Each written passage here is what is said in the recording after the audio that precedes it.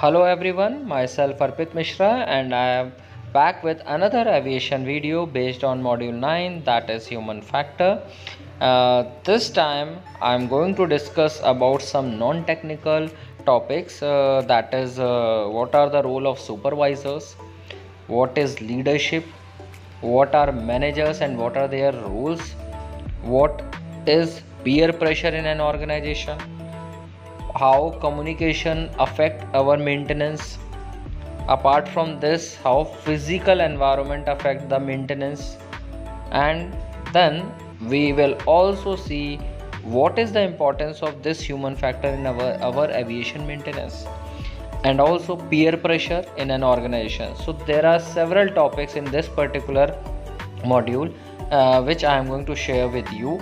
So be with me till the end of this video session, and I will be uploading many videos on this particular subject. So watch all those videos, and I'll try to post as soon as possible all the videos. So let's get started. So let's talk about human factor.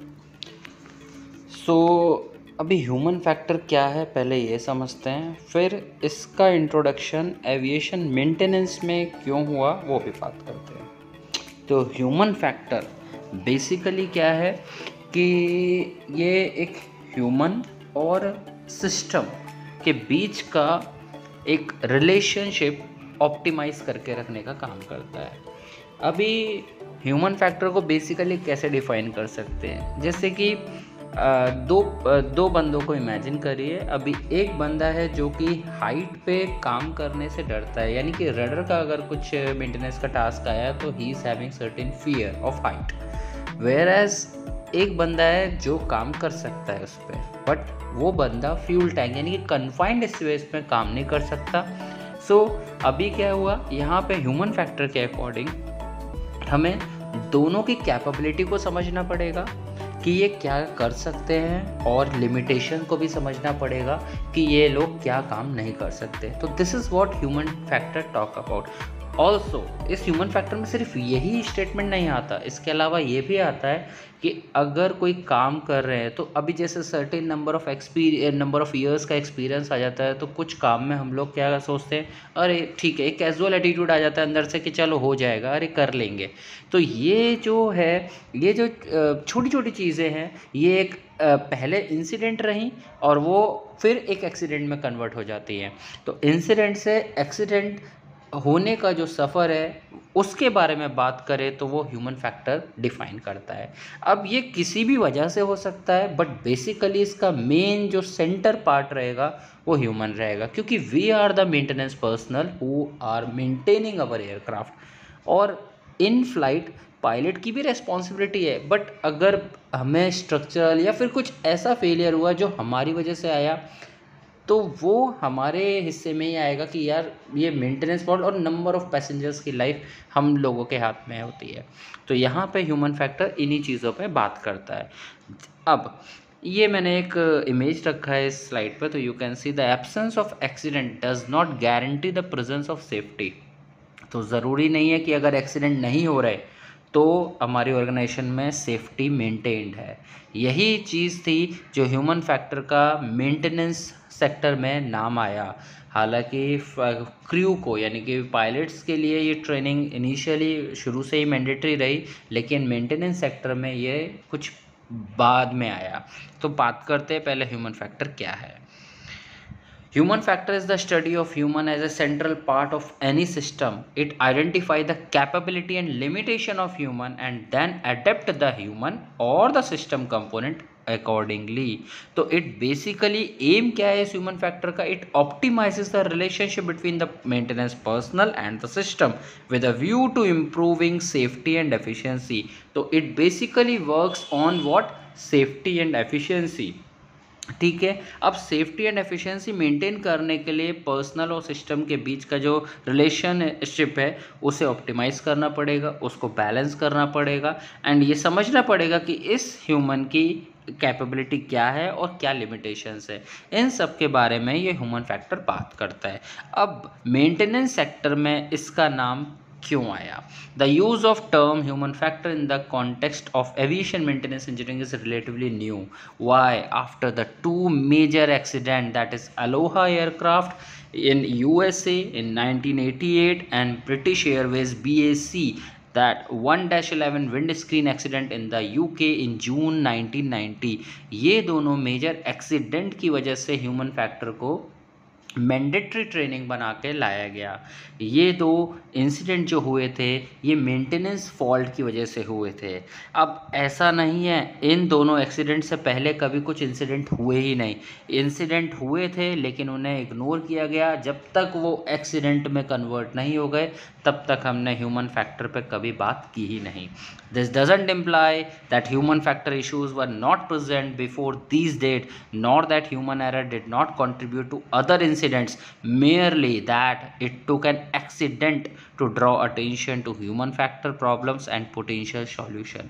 एक accident होना हुआ, जब accident के बाद human factor पे बात की गई कि हाँ यार यहाँ पे भी फॉल्ट हो सकता है.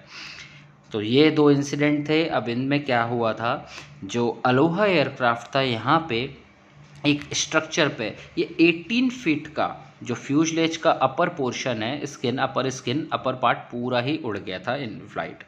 और यहाँ पे जहाँ से ये मतलब अलग हुआ, स्प्लिट हुआ, वहाँ पे एक माइनर क्रैक देखा गया था एक पैसेंजर के थ्रू.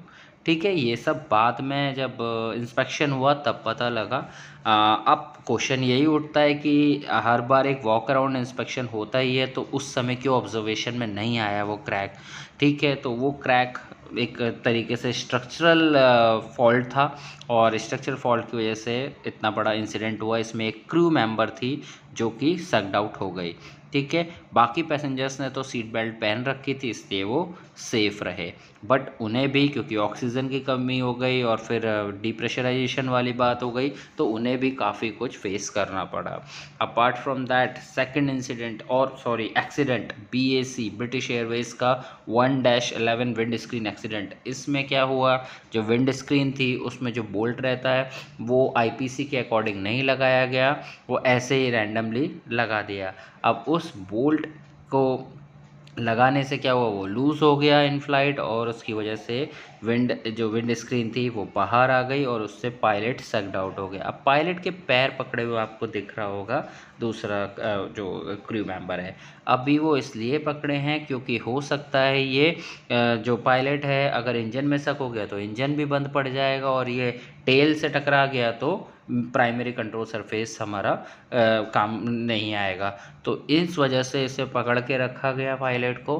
कैप्टन, ये actually he was a captain, उसको पकड़ के रखा गया. बट ये इंसिडेंट भी ये एक्सीडेंट भी काफ़ी एक ड्रास्टिक एक्सीडेंट में आया. इसके बाद पता लगा कि मेंटेनेंस में भी फॉल्ट हो सकता है, तब फिर इन्वेस्टिगेशन के बाद पता लगा ये सारी. ये दोनों एक्सीडेंट थे जिनकी वजह से मेंटेनेंस में भी ह्यूमन फैक्टर के बारे में बात हुई.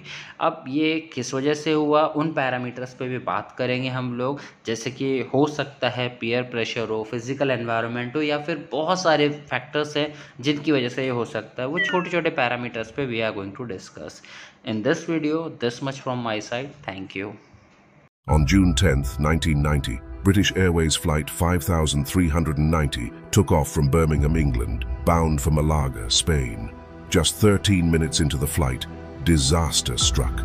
A windscreen panel blew out of the aircraft, ripping the flight's veteran pilot, Captain Tim Lancaster, from his seatbelt and sucking him halfway out of the cockpit window. Lancaster spent the next 20 minutes hanging outside of the plane as crew members desperately held onto his ankles. The plane was flying at an altitude of 17,300 feet, and the temperature outside was -17 degrees Celsius. Lancaster later said that he just remembered trying to position his body so he could breathe better. Finally, the plane made a successful emergency landing at Southampton Airport in England.